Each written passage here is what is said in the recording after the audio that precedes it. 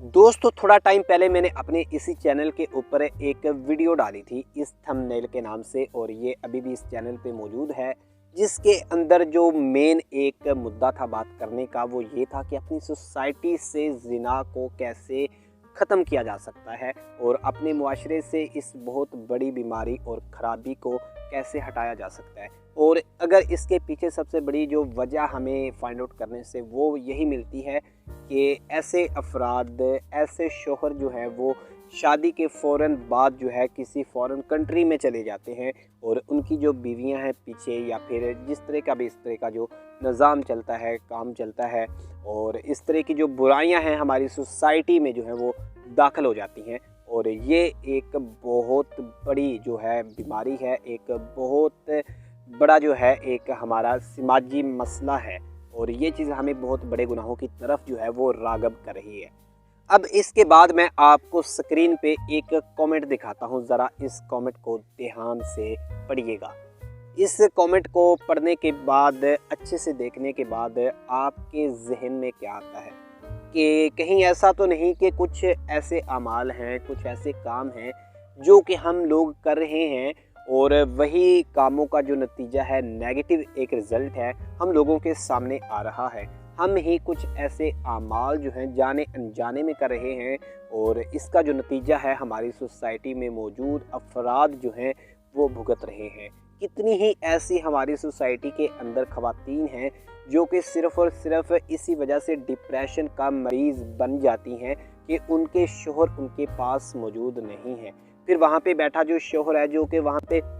Abroad में 3 से 4 साल हो गए हैं वहाँ पे उसे बैठे हुए, वो एक ऐसा क्लेम करता है कि मेरी बीवी मुझसे खुश होकर के बात नहीं करती है, अच्छे से मुझे टाइम नहीं देती है। बाबा वो कैसे तुम्हें टाइम दे, जबकि तुम पिछले 4 से 5 साल तक हो गए हैं तुम्हें, तुम कहीं उससे इतना ज़्यादा दूर हो, तुम उसकी आंखों के सामने नहीं हो, तुम उसके पास नहीं हो, जो बेसिकली तुमने अपनी नीड्स पूरी करने के लिए शादी की थी और तुम उसे उसके घर से उठा करके लाए थे, निकाह की सूरत में लाए थे अपने घर, और तुम उसकी वो ज़रूरियात पूरी नहीं कर रहे हो। तुम उसे सिर्फ़ पैसा प्रोवाइड कर रहे हो,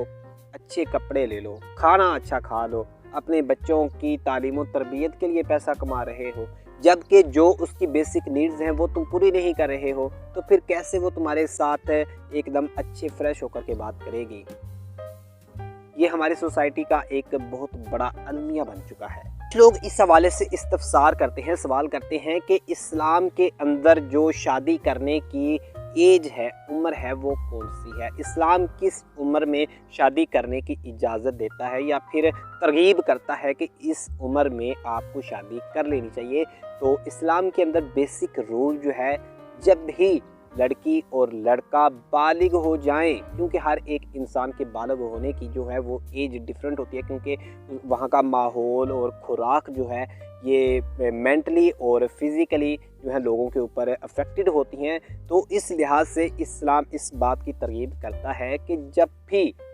लड़का और लड़की बालिग हो जाएं, बालिग होते ही उनकी शादी कर दो। आप खाना उस वक्त खाते हैं जब आपको भूख लगती है, जब आप समझते हैं कि अब मेरा जो है वो खाने के बगैर गुजारा नहीं हो रहा है, अब मुझे ये चीज़ खानी है, तो उस वक्त आप खाना खा लेते हैं। तो बेसिकली अगर देखा जाए तो बिल्कुल यही नीड्स इंसान की शादी भी होती है और इंसान को उस वक्त शादी कर लेनी चाहिए। और जब इंसान बालिग होकर के शादी कर लेता है और उसके फ़ौरन बाद अपनी बीवी से जुदा हो जाए, अपनी बीवी को कहीं और छोड़ के आप किसी और कंट्री में चला जाए और वहाँ पे आज जाकर के आधी उम्र गुजार दे, और वो वहाँ पे पीछे से क्लेम भी करे या फिर उससे ये तवक्को भी करे कि उसकी बीवी उससे हंसी मजाक और बिल्कुल फ्रेश होकर के बात करे, उसके जो बगैर वो बड़ी खुश रहे, ये सारा कुछ करे, कैसे ये पॉसिबल है? मुझे ये बताएं, कैसे इंसान ज़हनी और जिस्मानी तौर पर इस चीज़ को हैंडल कर सकता है? और इस चीज़ के चलते कितनी ही जो मुआशरे में हमारे में बुराइयां जो हैं वो पैदा हो रही हैं।